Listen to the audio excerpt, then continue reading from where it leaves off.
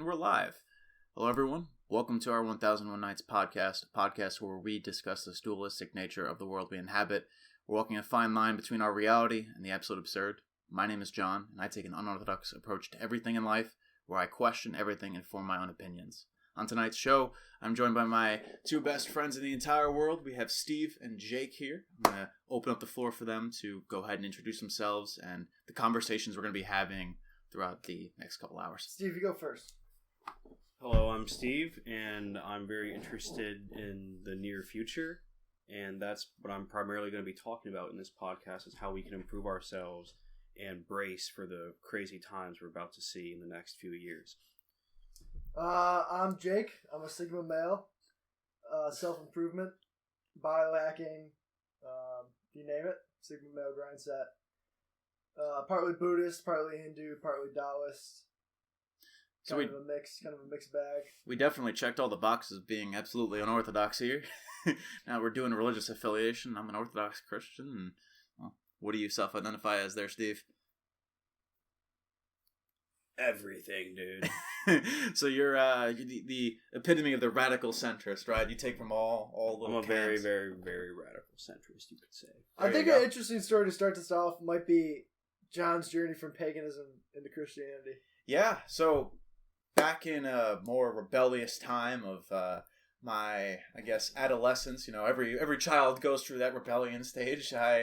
Right. You start worshiping Nordic gods like any normal 14-year-old. Like any normal 14 or 15-year-old in high school that wants to, fight the power, bro, and rebel against anything that my parents had to say to their dismay. Yep. I drifted into Nordic paganism, which... Totally normal. Totally normal. Everyone does it. I mean, there's a undergrowth in society now of like Wiccans and people like that, right? So, but you did it before it was cool, John. Before it was cool. Yeah. I really feel like now everyone on a college campus is, I'm a heathen with Irish characteristics or something. It's become like counterculture to be like an old school Christian. And now it's like, it's almost mainstream to be like, oh, fuck the church. Do you think, though, we'll see a counterculture against the current counterculture? No. In the next generation? I think a little bit, but not really. Like, the church as an institution is going to die. Yeah. I think, like, most Christian sects in the West, we're talking the West. If you're talking Africa, like, religion's exploding. But in the West, religion is dying. I think people are tending towards, like, a vaguer sense of spirituality. But I want to counter that point a little bit, right? As someone that has left the church and gone back to another church, right? I became an Orthodox Christian towards the end of my high school period. Right. A lot of the people I was interacting with, and the main reason that drove me into the arms of the Orthodox Church was I saw a resurgence of almost like a youth culture. Like was mentioned before by Steve, it's almost a counterculture, and what Jake was touching upon as well. And yeah. I'm going to disagree with the fact that it's going to disappear. With the youth group that I'm a part of in this church, it seems pretty strong. And a lot of people are really prioritizing finding a good partner, settling down, getting married. And a lot of them want to raise children or a family in the structure that Orthodoxy really presents. My journey was, funny to say, unorthodox towards it. I kind of got basically roped into it through group chats and seeing a whole bunch of people. And eventually an invitation was popped. But statistically, dude. Like, how many people are becoming Christians versus are leaving Christianity in the West? Fair enough. You know what I mean? Like, I don't know. It's a tough outlook. I'm not saying anything good or bad against Christianity. I'm just saying it's a tough outlook for the survival. I will say this, Jake. I don't know if it's true or not. I read it online. Like, how we most... It must definitely be true. But something that, like, 90% of nuns in America are over the age of 80. I would believe that. Yeah. You know? Yeah. At least that kind of statistic shows that at least some forms of religion are going to permanently die in the West. Maybe this is kind of a side point, dude, but monks and nuns, especially monks, are some of the most peaceful individuals I've ever met. Absolutely. That's what happens when you pray and meditate like 7 hours a day. Yeah. You're very introspective. I've noticed that after we had first met and I walked into our living room and found you sitting as quiet and still as a statue, listening to, I think, Thich Nhat Hanh, right? Is that the guy with the mindfulness app? I forget exactly. You seem Andy from Headspace, the monk. Headspace. Okay. This guy Andy was a monk. No, first he was an investment banker, got burnt out, became a monk for years, left the monastery, and started a meditation app. It definitely seems like you got a lot of benefit from that. You were very peaceful for the rest of the day, and from the little I've dabbled into meditation, I really feel it's got that benefit for it, right? It's Right. almost reassuring that you have that time period in your day that you can just sit down and take a deep breath in and just let go of things in your life. And I think, honestly, that kind of life could be suitable for some people, but as Steve mentioned, it might die in the West because, to be honest, I don't really know many people that are running to monasteries. Meditation done correctly is a period of remembrance of your unity with the rhythm of the universe. It's also memory of death, no? Yeah, and death is a part of the rhythm that you are and that everything is. And it's a remembrance that you're not alone, like you are the universe, and it all kind of flows together. Speaking of things and remembering death and what comes further on in life, what I really wanted to touch upon in this episode, right, is the fact that while, as Steve mentioned, there are scary things going on in our world. There have been for a very long time. But for me, I've realized that this is nothing new. For me, right, the issues that we're having in our country, in our world at this moment is something that is ultimately, futile. There will be a future. There's always been problems. There's always been problems, and the things that we've been facing at the moment are nothing new. No. There will always be problems. Exactly. There will always be bad times. There will always be certain phrases or things that get repeated, and but here's just the thing, different light. we don't want there to not be problems. You know who has the highest suicide rate? Who? Demographic in the world? Children born into millionaire families. Really? If you're born into an ultra-rich family in the United States, you are 400% more likely to commit suicide than any other demographic. There's no struggle, right? There's no struggle. In a lot of these lives. Humans want struggle. We don't understand life without struggle. It doesn't make sense to us anymore. And it's weird in our modern day, right, for us humans. We have not fully adapted to this or evolved to be of this state. Yeah. But we now can willingly take on hardship. We can willingly take on struggles in our daily lives. It's got to be self-inflicted nowadays. Yeah. A side note for me on some sort of, I guess you could say, almost self-inflicted injury. My father, who I'll probably be talking about a lot on this podcast because he's been a major influence on my life, warned me against taking up the sport of rugby. Now, I'm sure... First of all, I think you were right about playing rugby. A man has to do things. The body fades eventually anyways. Exactly. Everyone dies and not everyone lives. You might as well go out there and be a fucking animal while you can. Exactly. When you die, you close your eyes knowing that at some point you were a fucking animal. It was a tough sport. I really enjoyed it. But my life cycle, I guess, in this sport was cut short after about 4 months with a pretty serious injury. However, I'm not using that as a limitation factor, and over the last 9 to 10 months that I've been out on injury and not being able to do upper body, I've mostly been training legs, and I brought that upon myself. I chose to be on this battlefield. I chose to play this very dangerous and ultimately violent sport. It's so violent to the point where Navy SEALs like Jocko Willink or other special forces people like Tim Kennedy have physically talked about how they think people who play rugby are absolutely insane. Which we are, to be honest. Yeah, well, here's the weird thing with rugby. It's like, it's got the element of football where it's like a contrived rule set, where it's not really a fight. It's like almost more dangerous than a fight. It's like, you would never run at a person with your head in a fight. No, not at all. It's not a fight. It's like a sport. It's a spectacle. It's like, look at these fucking guys running into each other. Yeah, that was the fun part. You know, doing that, I guess, pseudo grappling, almost like wrestling kind of takedowns. That was cool when it went well before everyone got injured. It's grappling plus velocity, which makes things very dangerous. Equals concussion. Yeah, we're physicists here. But that's the end of my contact sports with the ball. Now that I'm off of the injury and hopefully recovering completely soon, I do plan to go into more strenuous things like Brazilian Jiu-Jitsu or mixed martial arts because... Kickboxing as well, which I know you do 30 billion times a week, and from what I've seen, you're pretty phenomenal at it. It is a way we can voluntarily train ourselves. Let's not get carried away with the phenomenal thing. I got my ass beat by a 5'4" fucking Puerto Rican yesterday, so... Well, you win some, you lose some. He was a very skillful 5'4" Puerto Rican who's know how been to fight? kickboxing for like 8 years and has 4 fights. He's only 5'4". But still, I caught some mean right hands by a 5'4" fucking Puerto Rican yesterday morning. That gives me hope because I'm 5'8".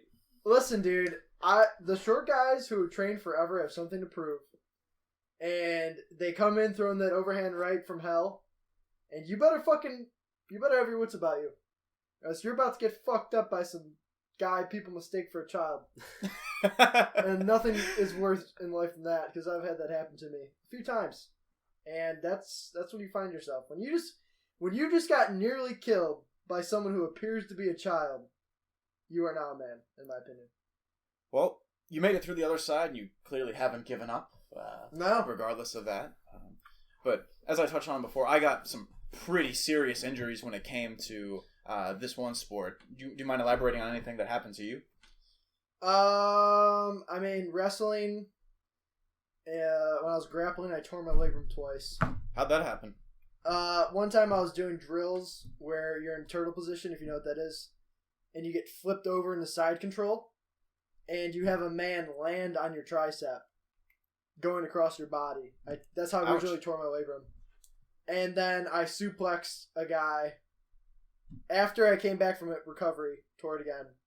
And then I started doing super high volume shoulder training. Like really high volume lateral raises, really high volume front presses. And once I started doing that, I never tore it again. I strengthened those muscles, and now they're safe. Well, that's fantastic. Yeah, it's interesting. What about you, Steve? You got any war stories when it comes to injuries? Not in sports, no. Can't say I have. But one thing I will say, John, is I really admire how you overcame yours. Thank you. You had that shit for a while. And it should be mentioned that BPC 157 was a huge... Oh, absolutely. help. The peptide treatment that I took to try to get over this kind of thing. Yeah. I'm by no means a medical doctor or qualified to talk But about I these am. things. But I am. But Jake is. So if he says BPC works, this is not medical advice, but it did help. This is not me. medical advice, but in a theoretical universe. Yes. In Minecraft, if you get injured, you should take BPC 157. I took... And possibly MK677. I took 1 or 2 pills a day, basically, right? And within, I'd say, maybe 2 or 3 weeks, the tendonitis that I had been plagued with since, April of last year, of 2022, really just, went away finally. My doctors were, confused. So your doctor's prescriptions... this wasn't a prescription. This was my prescription. I This know. is Jake's prescription. I know what I'm saying is your doctors, what they provided you was not adequate enough compared to what Jake gave Absolutely, you. yeah. I didn't know that. Yeah, they've prescribed these different stretches that I was doing of movement of the hand and really just icing my hands to get tendonitis to go away, which is a really slow process to the point where I was seriously considering, I think they're called cortisone shots, right, where they inject that. That shit's horrible for you. Exactly. It deteriorates your tendons. And it brings it back. Sometimes even worse. Wow. Yeah, which is not something I wanted to do. And to harp on the point, right, of what Steve had said about how I had really tried to get through this as best I possibly could. Imagine training legs for 9 months every single day. I haven't trained legs in 9 months. Exactly. It's not fun, but it really came on a path of self-development. As I said before, the main thing I want to get across to everybody is that there will be a future regardless of whatever happens in your life, in the world, in this country, in anything. Right. Especially if BPC 157 is involved, there will be a future. Yeah, that too. Great compound. For me, it was a really trying time, right? Yeah. As you guys may have known, when we first started living together a couple months ago, I was pretty bitter. Right. I was bitter that, I felt I got betrayed by my team. I got injured on this field.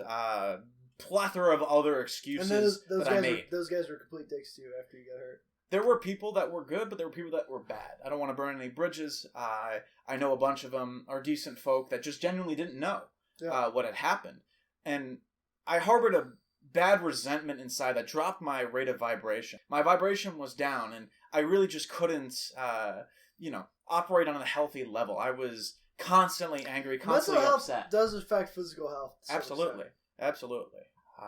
I had really bad experiences. Mental health is sicknesses. such a cringy term nowadays, though. Fucking everyone's got some mental health problem. No, you don't. You're just a bitch. I'm sorry. You don't have a mental health problem. I mean, maybe you do. But calm the fuck down. Well, the problem is Get over it. people are self-diagnosing. They're self-diagnosing and Using they're- WebMD. It's like, okay, yeah, maybe you are depressed. Like, I've been depressed. Like, go fucking work out anyways. literally, look, the thing with depression, Yeah, you're literally depressed. everyone has been depressed. Everyone's been depressed. It's a biological feature. It is something, like, there are chemical imbalances Go that can fucking occur work out anyways. in your brain, and then it gets really bad, like, Robin Williams. Like, Yeah. it was a straight up, they looked at his brain, Yeah. and it had chemical imbalances in it. I wonder what drugs he was doing. I wonder, too, probably, well, Probably I don't some know. hard I don't shit. know a lot about Robin Williams. I don't want to make But any judgments. I don't want to know make anything it. about Yeah, the topic. you know, he died. He had a good image. Just a great actor. A good actor who wasn't ruined in recent years by various controversies. This goes back to, remember what I said? You know, demographic is most likely to commit suicide? Yeah, the rich kids. Rich kids. Yeah. Or a guy who's accomplished everything. And What's there's the no new purpose journey, of- right? He's got no purpose. It's a sad thing. It's a sad thing in our society that we see this very prevalent. Like, going into a college classroom or hell, going into a store, let's say Starbucks, right? You just see demoralized people that don't really want to strive for more. They're almost stuck in the position that they're in, but they really don't take an active step on the way out of it. A point I was making before with my friends here was that what we're trying to pursue in life is almost a Athenian Spartan kind of synthesis program here, right? The Athenians went too hardcore into the academics, forsaking a lot of other things, whereas the Spartans went way too hardcore in preparing for war. What the ideal person is, what we were talking about, is almost a balance between those. Someone who goes in the gym, crushes it, builds that positive mental attitude, drops all of these negative vices, drops all of these negative premonitions that are holding them back. As, well, I am the first to admit it happened to me before I started doing even more hardcore workouts. If I had a bad mental attitude, great, another 500 burpees or another 500 squats. The Spartans went too hardcore into war, and that's all they did. The Athenians, however, had gone too hardcore into the academics, right? Where they didn't really prioritize much beyond that. We want a well-rounded person. Everyone hates a fucking nerd. Exactly. So Everyone hates a nerd. we want someone who is jacked, that prioritizes beauty and aestheticism, but also is well-rounded because they educate their mind, they train their mind. Like Alex Ramosi. I don't know if you heard of him. Speaking of ancient Greek, what was it that Thucydides said? He said a society that's separate. I'm gonna look up this quote. He said it's fucking based. Then Jamie, put that shit up. Yeah, Jamie, put that shit on the screen. Jamie, put that shit up. Thucydides was an interesting fella. I like The some of Greeks his were work. pretty based. They were. They fought a lot. They did a lot of drugs. They had a lot of gay sex. And what else they do? They wrote a lot of poetry. They did a lot. They did everything. They really did it all. Yeah, they lived the ideal life that a lot of us are trying to emulate in today's world, which unfortunately is not that possible. Found the quote. Back to your thing about the academics and the athletics combined. A lot of people don't know that Plato was a very accomplished wrestler. And Really? Jake, you know what Thucydides said on that? He said, "Society that separates its scholars from its warriors will have its thinking done by cowards and its fighting by fools." That makes a lot of sense. That's a great fucking line, bro. You know? That makes sense. That's a great And fucking this man, line. he was a general in the Peloponnesian War. He wrote the book on that, right? The first geopolitical book, He right? wrote, he's one of the first historians ever. And he's famous as a historian because he's like one of the first historians that didn't just blame the gods. Like the Trojan War, the Greeks blamed the gods. They were like, oh, the gods are interfering with our affairs. And that's how they recounted war back then. Yeah. Thucydides, who fought in the war, is like, no, I want to figure out the We need rational... a real analysis. I want to know what the Spartans did, and I know what the Athenians did to cause this And we war. see that same shit today. With these people that are like, oh, it's not my fault. I'm fat because of society. No No, one it is takes your fucking personal ownership of anything anymore in society. Nope. Right? No one has self-control. And it's hard to have self-control, but we need... You know it's harder? Not having self-control. Yeah. Because It's harder on you. You think of yourself as a little bitch all day. Yeah, I mean, and then you feel bad, and then you get depressed, and then the real Yeah. reason people are depressed, they don't have self-control. They can't stop watching porn. They can't stop chasing dopamine highs. I don't know, like from doom scrolling or whatever the fuck they do. On TikTok, right? Oh my You can't God. stop yourself. No. I'm not gonna lie, I got caught in some shorts last night. some YouTube shorts for like 20, 25 minutes. It's Yeah. You know what scares me Straight. about those? Straight. You can watch YouTube shorts for 2 hours straight, right? Yeah. And not even notice And you're it. not going to remember. You're not gonna learn not one only will fucking you thing. not notice it, you won't remember a single thing. Exactly. Instead, what if you took a It's like 2 hour missing walk? time. What if you took a 2 hour walk? Dude, I bet you'd have some insights. You'd have some insights. You'd remember some things, you know?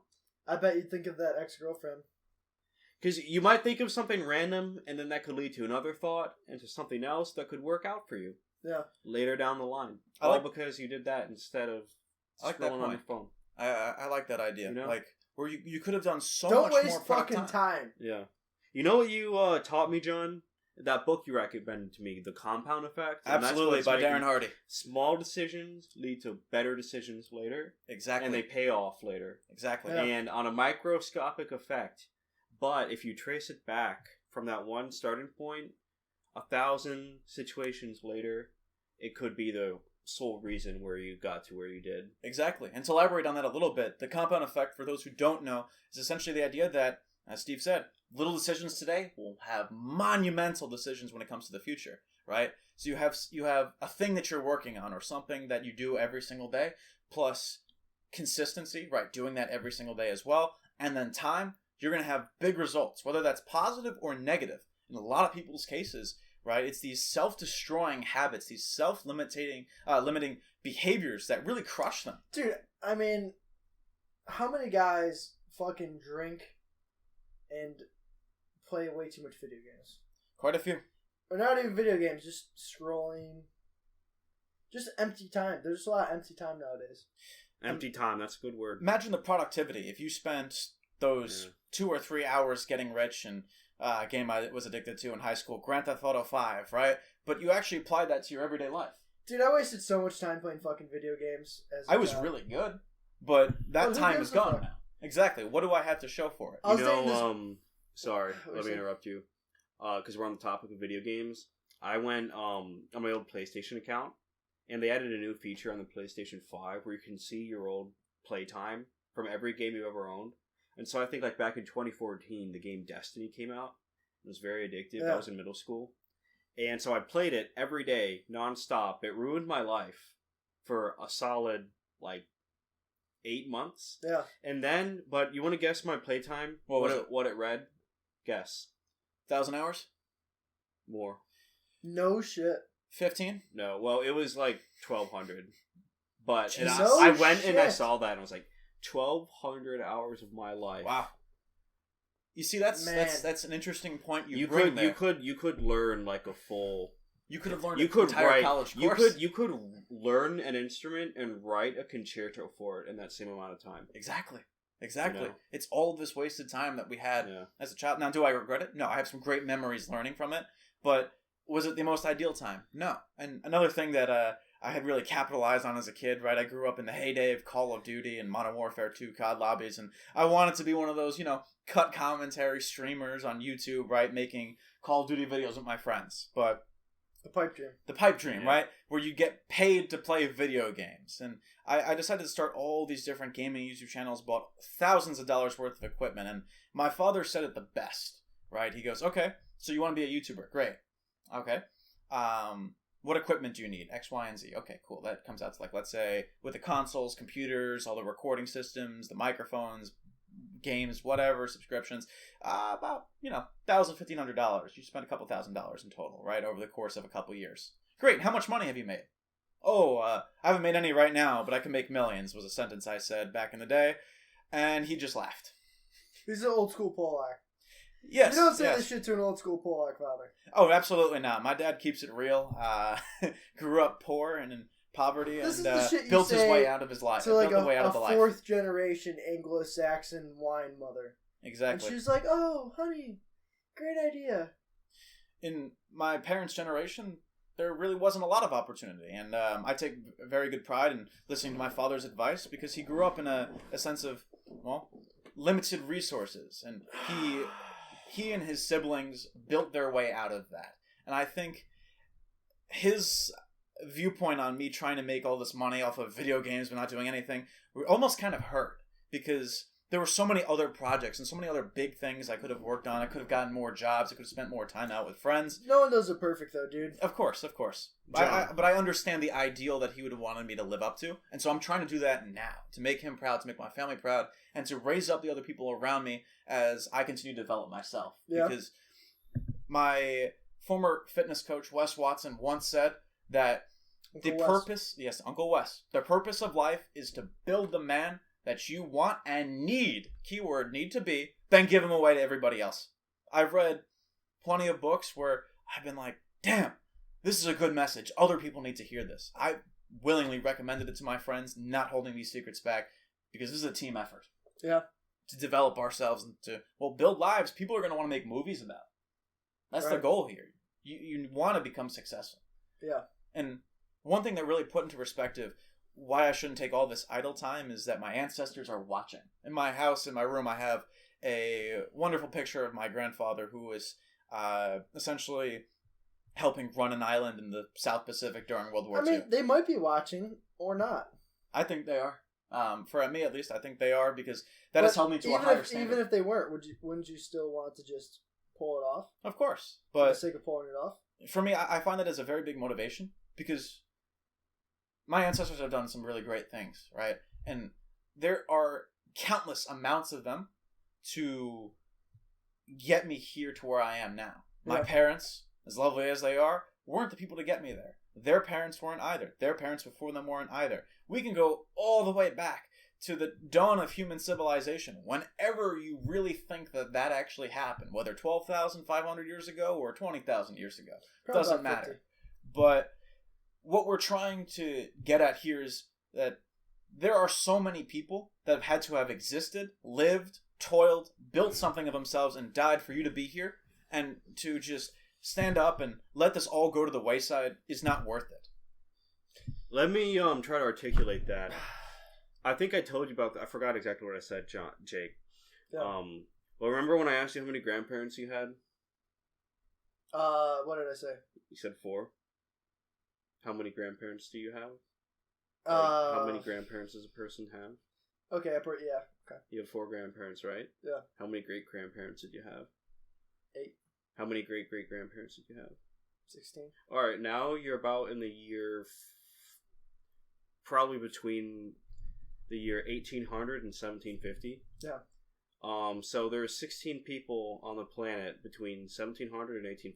my math's probably not right. There's but 16 people there's 16 simultaneously in this just fucking 50-year around span on this planet Earth, and they were probably all around the place. You Yeah. know? You go back to 1700, there's 32 people who have to fuck in the year 1700. And then how many Or are else going down? Or else they don't exist. And you keep going down. How many great-great-great-grandparents? Most people don't 32, fuck 32 people in their 64, lifetime. 128.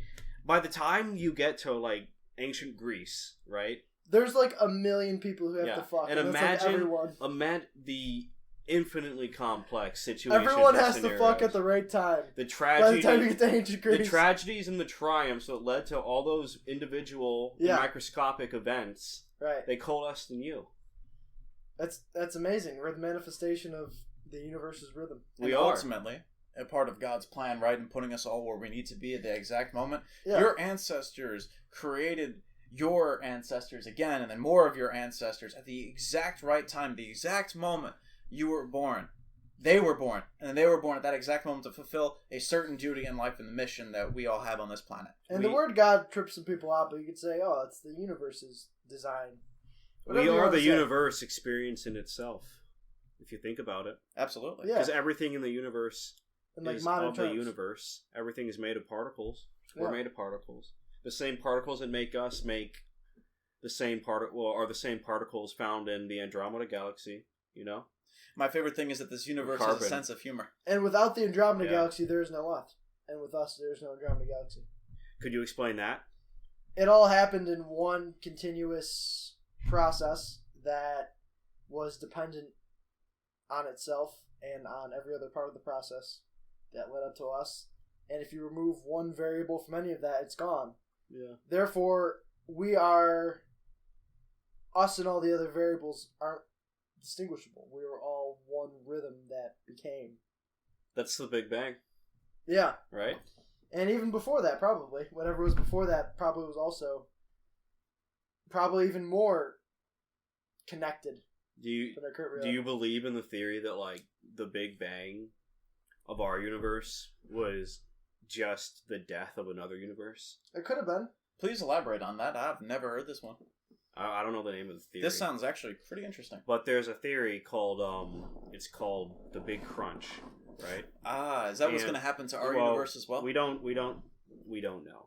Because we don't know exactly how gravity works. But this theory states that there's two ways we think the universe could go out. One is the heat death, which is when everything moves far apart from each other, so far that eventually every atom is like light years away from each other. You know how like galaxies are moving away from each other and shit? You accelerate that, right? In billions of years into the future. That's one way, and the other one, and that assumes that gravity will not win. It won't hold atoms together, and so they'll just fly away. Then the other theory, it's called the Big Crunch, and eventually everything comes forward, right? Eventually gravity wins, it pulls everything back, it all coalesces into a single singularity, and then, boom, Big Bang. Wow. Yeah. It's kind of cool. I am so glad we have, like, departments of science and physics that can handle this kind of computation since... And it should be said... I don't know it. Did you see that photo of the black hole? That was interesting. Yeah. It should be said that this is modern physicists' theory that is not too different from the theory of the ancient Hindus who said, yeah, the universe goes through a cycle of existence, it explodes, it starts again, and then it's a little bit worse, and then explodes, and then it's worse, and then, oh, it's better, and then explodes again. I find that to be the most interesting thing, that a lot of, like, the Vedas have a lot of very strange, let's call it, information that you really wouldn't think... Okay, there's a lot of theories whether or not our civilization actually started when we think it did, but for the sake of brevity, let's just say primitive man. How did primitive man think of these kinds of theories or ideas without some sort of prior knowledge of maybe another civilization? Right? Oh, they didn't even have words for these concepts. Exactly.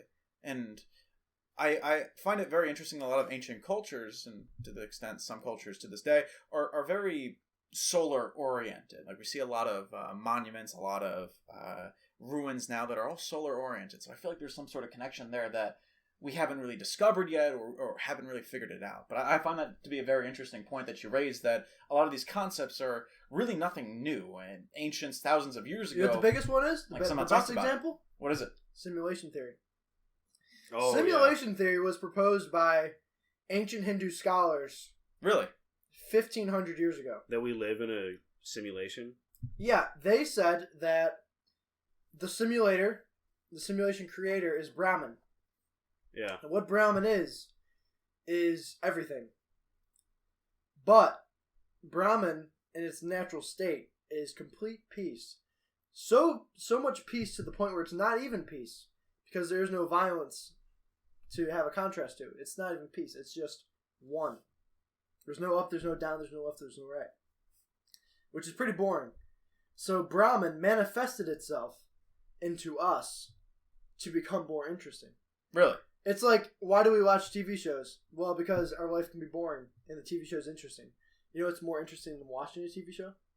Acting it out. Becoming the TV show. Exactly, yeah, acting it out.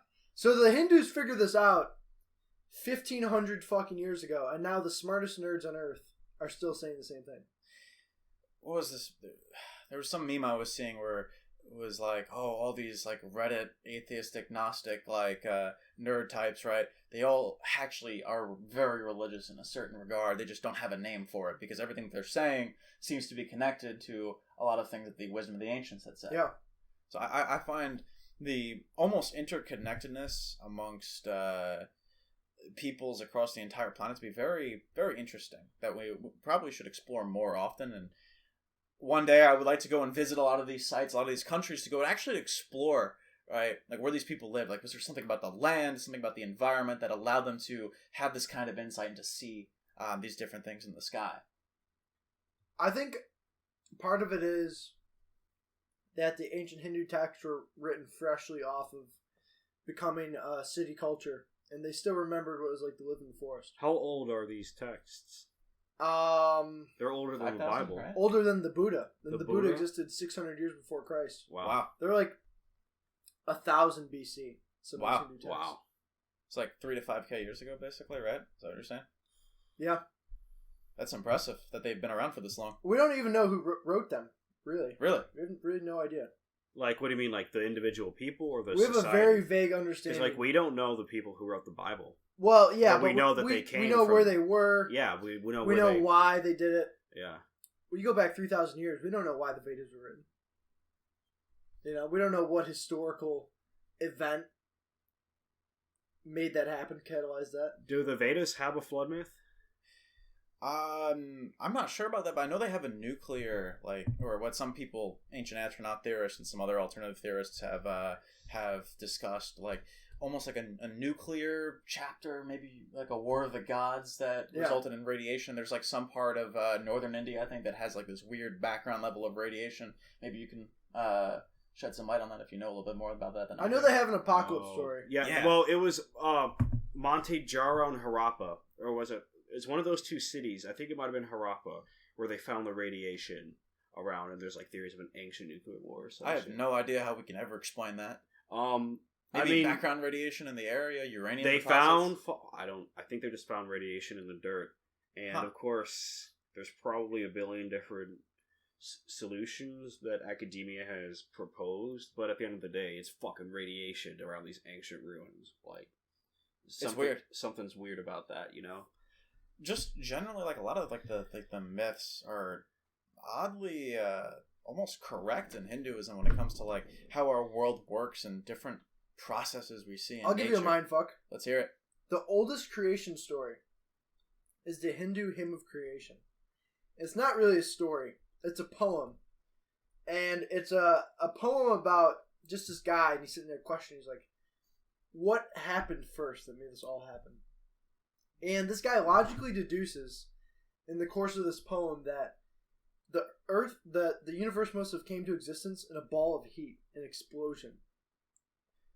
This guy basically logically deduced the Big Bang Before 3,000 we knew years about, ago. wow. Was that story also the one that included where Brahman wanted a mate or a spirit wanted a mate, so he went into all these different life forms, creating all the different life forms? Is that a part of the same story? Am I thinking something totally Brahman different? wanted what? Brahman wanted a companion or like a wife or something, and she just That's a the different one. spirit kept like changing different shapes, explaining like how the world like itself was made. Or is that a different story? That's a different story. I have a feeling, isn't like Hindu supposed to be like the most complicated religion in the world? They've got like 1,000. It's not gods. even a religion. It's a way of life. Or I thought. can be a Hindu. Like, you could be we a need Hindu. we need to get an actual person who like I agree. knows about, like, we don't know shit about Hinduism. Like, I want someone to come in on this podcast and like break down theologically and historically, either or. I'll take either, but we need like an actual expert to talk about this subject, because this religion is extremely fascinating, and It's don't not know a that much religion. about It's it. an umbrella of Different ideas. like belief systems, right? There are different religions Well- within Hinduism. What do you mean? Like Jainism, for example. Oh, I think I've heard of Jainism. There are a whole sect of Hindus that are atheists. Really? Wow, do they like believe in karma and shit and all that? I don't know. Reincarnation. I just know there's a group of atheists. But then some Hindus think, oh, the gods, they really have a literal interpretation of the gods. Some Hindus focus more on the elements of like respecting earth, wind, water, fire. Some Hindus don't worry about any of that because they're what's called non-dualists, and they see life as a dream. They don't even see it as real. They think they buy in hard to simulation theory. Oh, so they're like solipsists. Yeah. Yeah. Yeah. And they think Yeah. the world is to us as a dream is.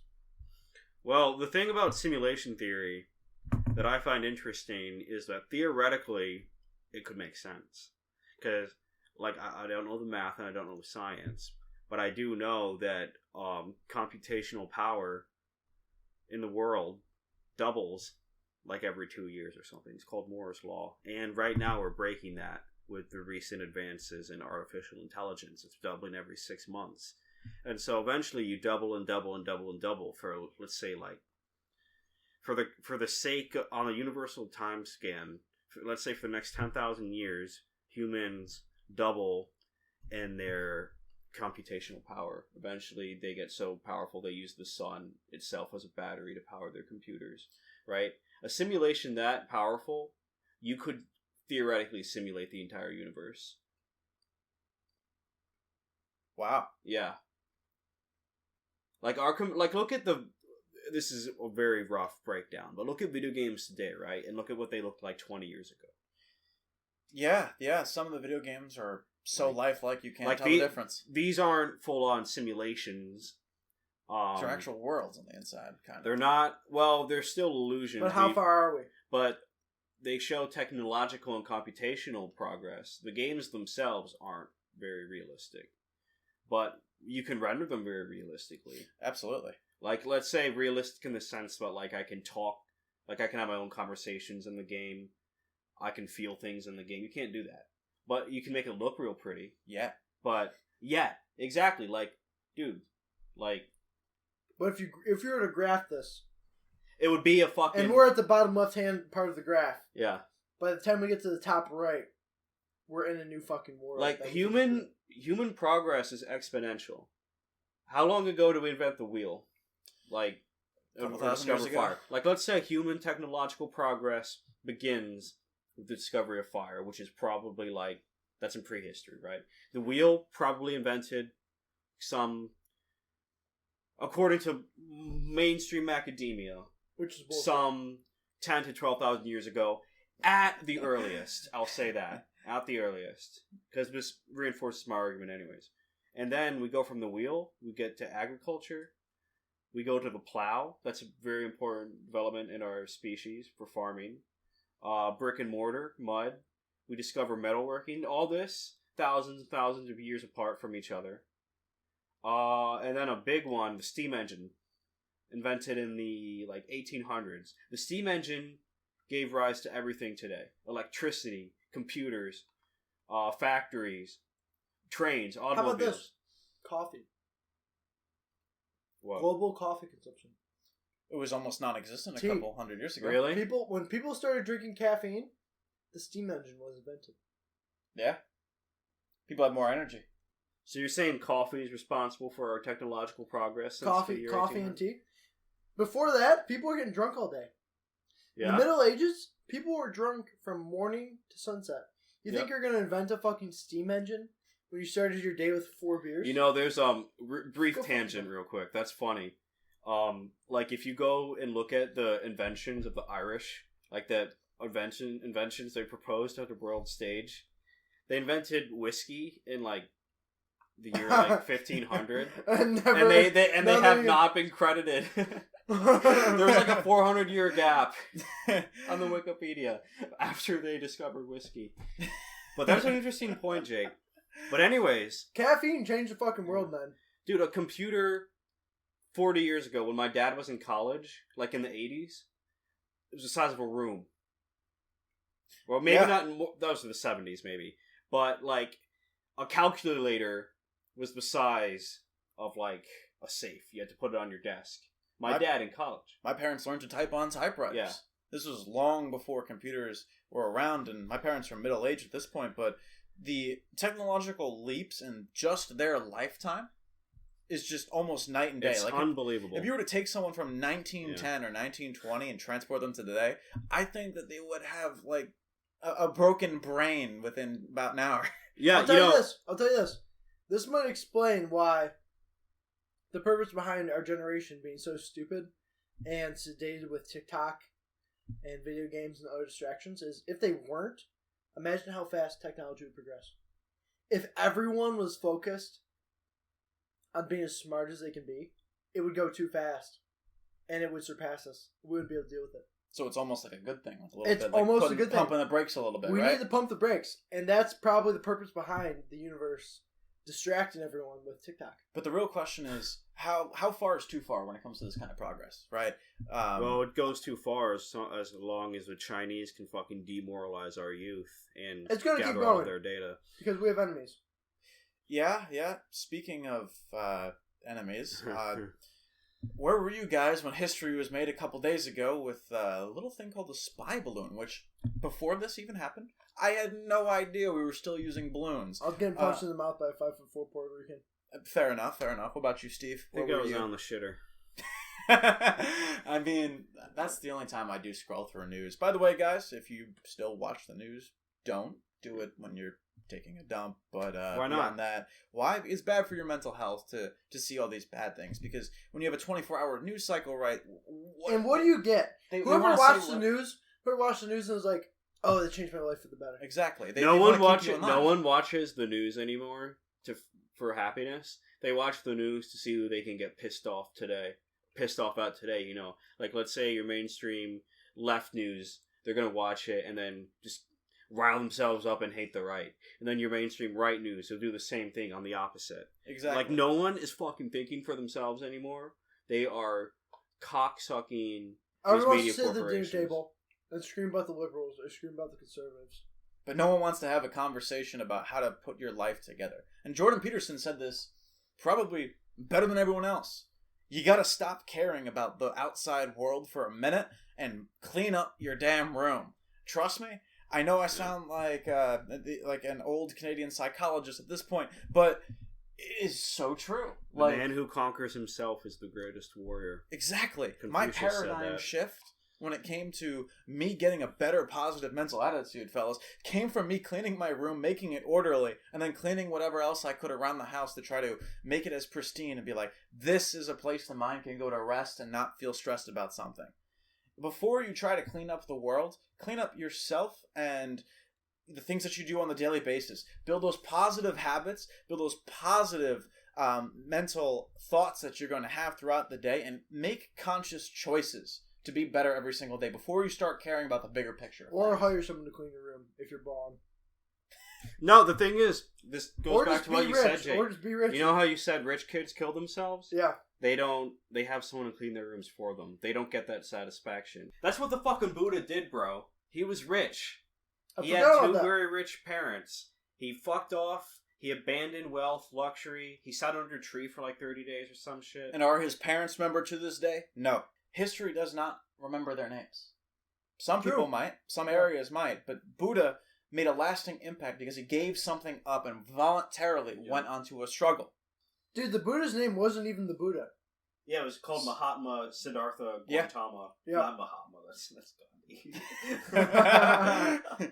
We're getting our Indians mixed up, guys. Isn't Gandhi considered in some sects almost like a what is a bodhisattva? Is that what it's called? Some sort of Buddhist prophet? I don't know much about Gandhi or Hinduism. I thought he was Hindu. Or Hindu. I don't know. I could be totally mixing that up with somebody else. Well, the Hindus believed in similar thing, but a bodhisattva is someone who's enlightened, dies, and comes back, chooses to be reborn into a human to better humankind. Buddhism is an interesting thing because, you don't have to believe in it, but if you practice it, your life will get better. You don't have to believe anything. It's almost similar to Stoic philosophy, I'd say, in a certain light, and the way of only really worrying about something that's under your own control. I personally felt some pretty good, results when it comes to implementing that. For years I've tried to, we're not going to have any reaction to this major big thing, almost like a detachment from it, right? And constantly I have failed. I'm sure both of you, when you're driving in traffic, right, someone cuts you off, you give them the bird, or you're like, F this motherfucker, right?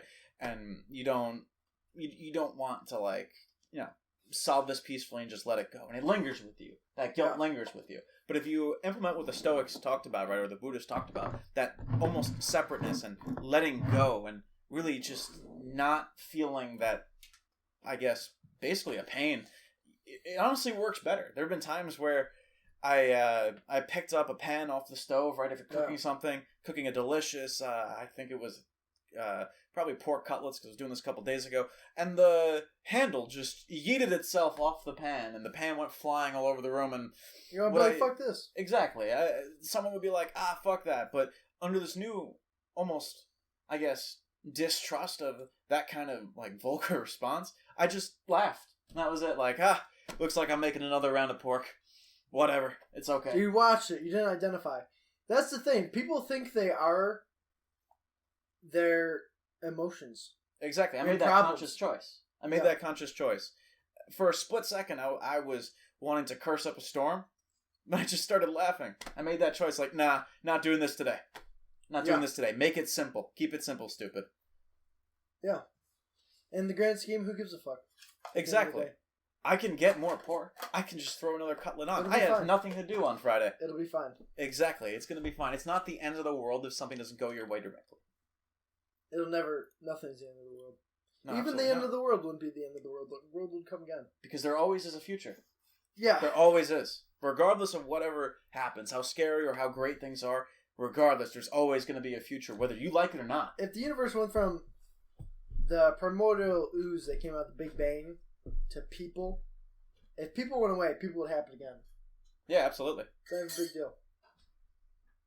Nations rise, fall. People groups rise, fall. Religions rise, fall. Beliefs rise and fall, but they always remain. There's this weird around. anxiety in the West where just people are just taking life way too serious, and they're just on edge, and they're taking fucking Prozac and watching murder documentaries, and they're just on edge. I think it's a drive for this mystique and discovery of something strange or almost forbidden, which is absent in the modern world, because every place that is to explore has been explored. Every people to meet has been met. Let's talk about the Prozac and the anti-anxiety meds. Why are people so anxious? We have the most food ever. We have the most energy. We have the most shelter per capita. Like, why are Americans so fucking anxious when there's nothing to be anxious about? We're fine. Relative to all of human history, we're literally fine. I guess it's because we don't have those challenges. The body is not adapted to this very sedentary way of life. Back to the thing, for it. The rich kids committing suicide. Yeah. There's nothing driving that forward. There's no spirit driving that forward. Yeah. There's no initiative. They're worried because humans are supposed to be worried to a certain degree, and when you don't have something to worry about, they create the problem. You create problems, and imaginary problems are even worse than real ones. They can keep you up at night. They can torture you for an eternity. Because there's no solution. What do you mean?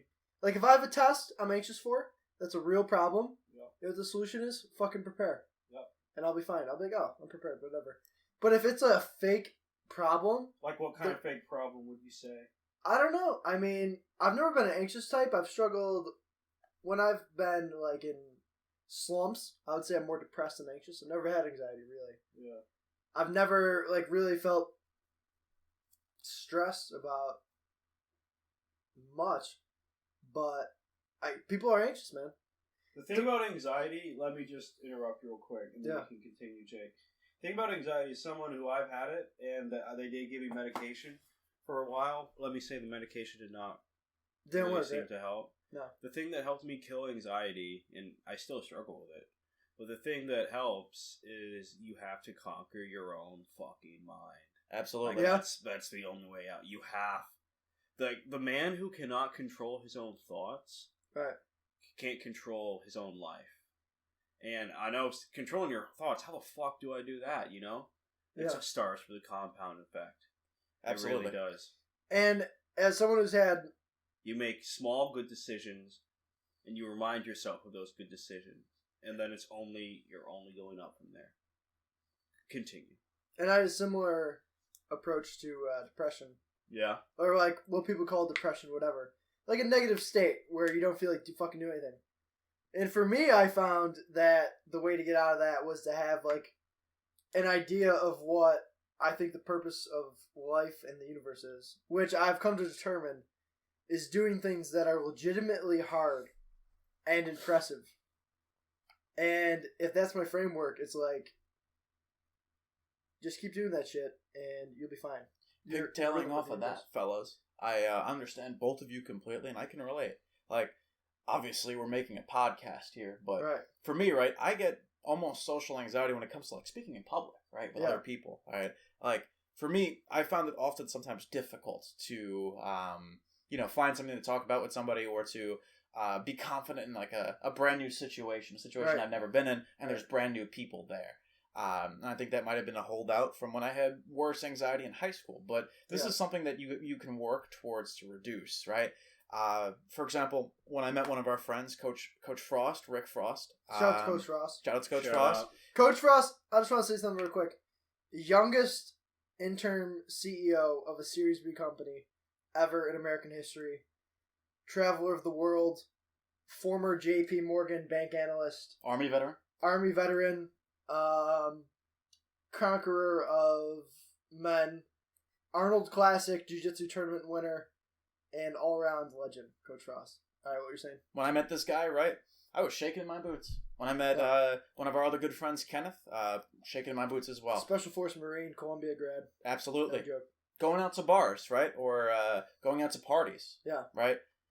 I see people just standing in the corner, not doing anything on their phone, pretending like they're having... Shout out those fucking weirdos. Exactly. You call me weird because I go up to a chick, I say, hey, you look fucking good in that outfit. You know? They're at the party and they're standing They're there at like, the party. oh, bro, this is so fun. Look at me, I'm on you Instagram. You don't call the kids weird who are sitting there on their fucking phones, you fuck. Yeah, she showed up looking good in that fucking blue dress. I'm gonna tell her that. You know what? Pulling out your phone. You know why? That's the fucking point. That's why we're here. You know what the equivalent is of pulling out your phone in a party? What is it? Or a social environment? Huh. Like in the 50s, if you pulled out a fucking dictionary. Yeah. And just like in the middle of a party, just pulled out your book. Like how disconnected do you look then? What's different about a phone? And the culture with young people has gotten so fucking weird. Like if you go to a frat party, I don't know if you've been to a frat party lately, but I have not. If you try to actually talk with someone, people think you're fucking weird. Exactly. Like it still works at bars. You can go to bars, you can talk to someone. Everyone's respectful. It's cool. They're adults. But the young people, they don't like to talk. They want to sit there and like vaguely dance, be on their phone, like the younger than us, drinking, like the students who are like undergrad, or undergrad. Let's say like the 18-year-olds. Yeah, and you can see these compromised like sociability. They don't know how to play the social game. They can't. They're being like we were born like 2000. They're not gonna fuck and they're not gonna have kids. No, we're gonna have the same problem Japan's having. They're these younger kids. Let's say 5 to 7 years younger than us. Yeah.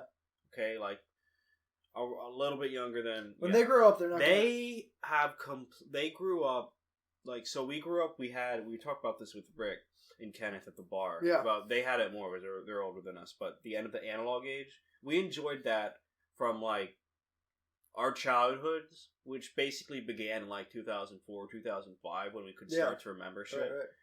Right. Till like 2015 is when like childhood ended, and then social media. Yeah, but these kids, they didn't come of age in that time. Damn. So they came of age with that already there. Dude. And so imagine the kids coming. So the kids who are like 10 years younger than us. Imagine them coming to age. They're the ones watching fucking Coco Melon 24 hours a day since they were 2 years old, or TikTok. But I don't see many people going out there and actually trying to improve. Another one of our good friends, Ibrahim, he's a relatively, I guess, maybe like 5 or 6 years ago, I forget when he came to the United States. He's an immigrant. He's a recent immigrant to this country who came with, from when I met him, English that wasn't so great, but through social skill improvement by going out to bars, going out to parties, going into even his own classrooms and jobs when he was in school, just talking to everybody, his English level improved overnight. Now he's a fucking salesman. Yeah, he's a salesman. He's a micro celebrity and a salesman because everyone that has ever met him has something good to say about him and has some sort of memory from a conversation with that. And that's something I admire, and that's something I want to keep on, working on myself. Yeah. Right? If you go to all these parties or bars, everyone's like, Abraham. That's what I love what about you want all to be. You boys. You, Ebe, and Jake, you all have something great about your personalities that I try to learn from, Ebe, extremely charismatic, very, very hardworking, very honest. Absolutely. John, you're just fucking smart as shit. You're very well spoken. You know a fuck ton about history. Jake, you're just a fucking Chad, bro. Dude. You all are great, and I'm glad I'm living with you people because you're absolutely the kind of people you want to live with. Jake here got us all eating healthy. Yeah, Jake, you showed us this fucking incredible diet that I barely have to do anything, and I'm meat, happy. fruit, dairy. Who would have thought it was so simplistic? Fucking to honey. live? Just honey. That's all she wrote. And red meat. That's all she wrote. Exactly, and it's this idea of keeping it simple and moving on from there. But these are all skills that we can learn. I think that with this podcast and just us going out into the world and our own separate ways in life, we have a ability to give this gift to the rest of people around us. Like I said before, what Uncle Wes had to say was that you got to build the man that you want to be and that you need to be, and you give it out to everybody else.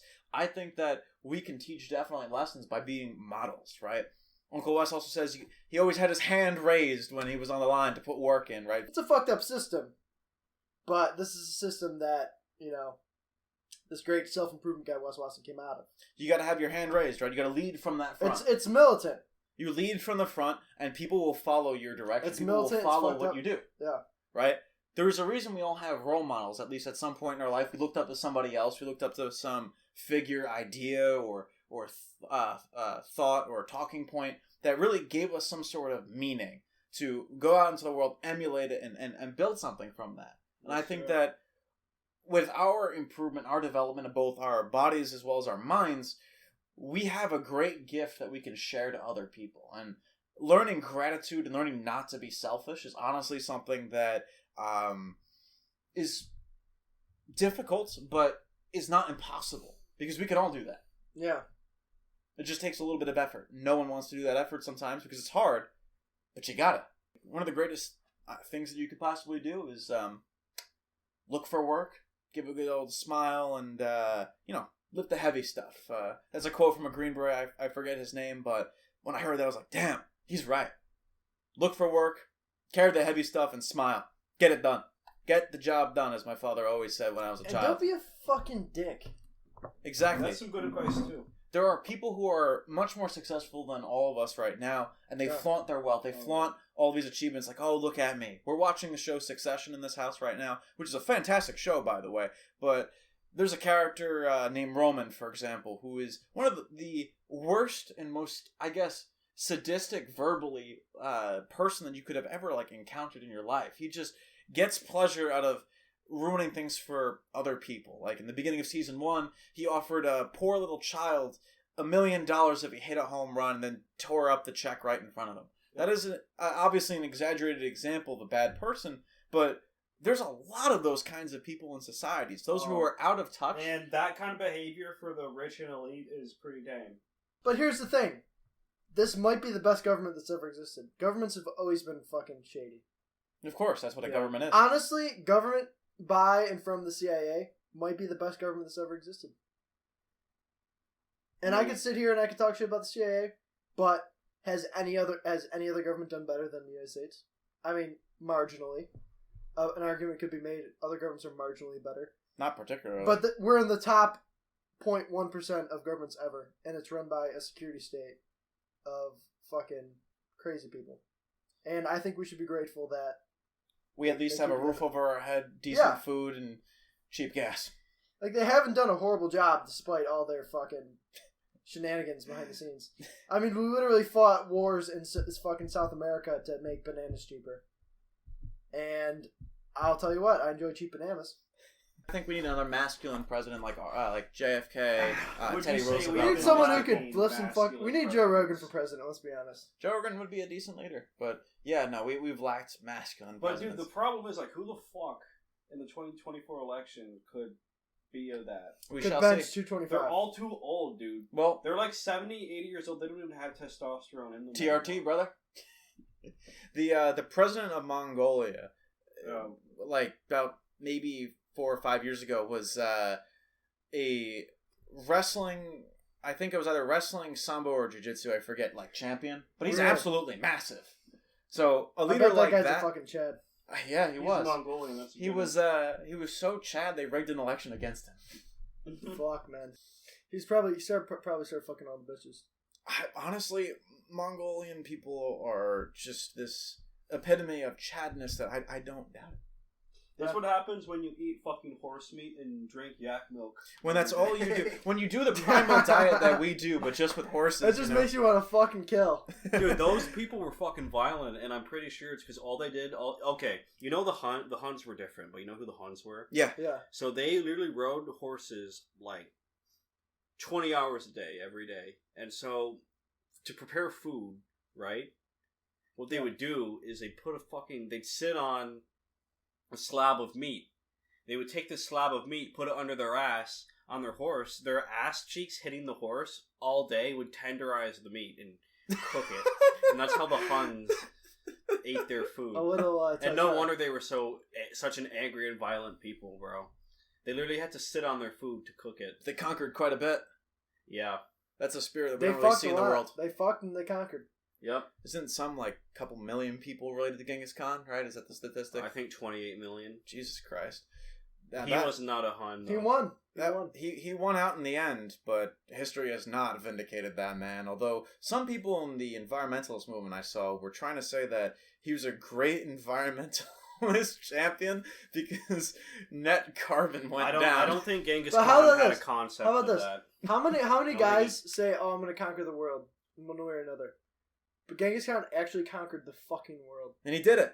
He said he was going to do it, and he did it. I don't give a fuck what else happened. He said, "Listen, I'm gonna conquer the world," and he actually fucking did it. If you read, Alexander the Great, he's actually a very interesting person. If you read about his life, he was like, the way I would describe Genghis Khan was like he was very introspective. Like, he was very wise, but he was also very violent. Yeah, he was a ruthless, brutal dictator. He was fucking. He had to be smart. He was fucking ruthless to his enemies, but he was fair and honorable to his people, and also the people who surrendered and like who would voluntarily like, all right, well, we'll pay you tribute. Yeah, we'll pay you tribute. You don't fuck with us. And it was very effective because the Mongols would have just murdered them.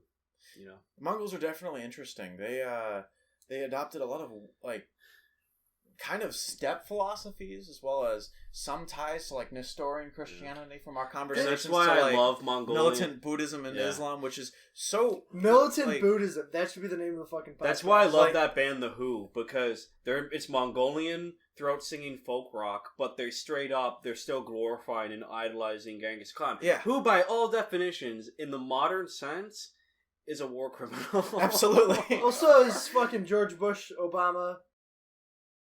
9 out of 10 times we send a drone strike, it does not kill the person we tend to kill. And that's like it really not only does that suck, that's a fucking massive waste of money. Yeah. Like, think of it, I hate to be the guy to talk about the money instead of the random people dying. Yeah. But a drone strike is probably like at least a couple million per strike. Dude. You know? Yeah. Didn't Genghis Khan basically have his own version of drone strikes by launching like corpses with like the bubonic plague? I was about to ask about that. Yeah. Didn't he start biological warfare? Like doing basically strikes. Well, that's always been a tactic, but he used it very effectively. He was like the one that popularized it, right? Probably. There was some like Ukrainian like princess who burned down an entire city by like lighting pigeons on fire. Olga of Kiev. Yeah. That's also she was another badass. war criminal. Yeah. You know what she did is I learned this from that Sam O'Nella video, who's a fucking great historian. Russian bitches get down. Yeah, what she did, dude, is the city wouldn't surrender to her. Yeah. So what she did, she demanded one of their pigeons from every household. She took the pigeons, she like tied tinder boxes and lit them up. And then to conclude our night, she then lit up the pigeons on fire. They flew back to the houses, and the entire city went into flames at the same time. Damn. She firebombed the city before planes. Before planes. Damn. Yeah. Wow. So pretty fucking cool. We did good. Yeah. We did good, fellas. It was fun. I gotta say, thank you all for joining me. What have we learned today? You gotta build the best man that you need. Don't fuck with Mongolians. Yep. Don't fuck with 5 foot Puerto Ricans. Don't fuck with the CIA. Clean your room. Listen to your parents. What should we not fuck with? Your phones. Definitely don't. Oh, fuck. Be careful of that. Are you not supposed to put them in your pockets and like the radiation's going to destroy your testicles? It might fuck your dick up a little bit. I don't know. What better note to end the podcast once again, guys? Thanks for joining me, and Inshallah. Inshallah. God damn it. We'll see y'all next time.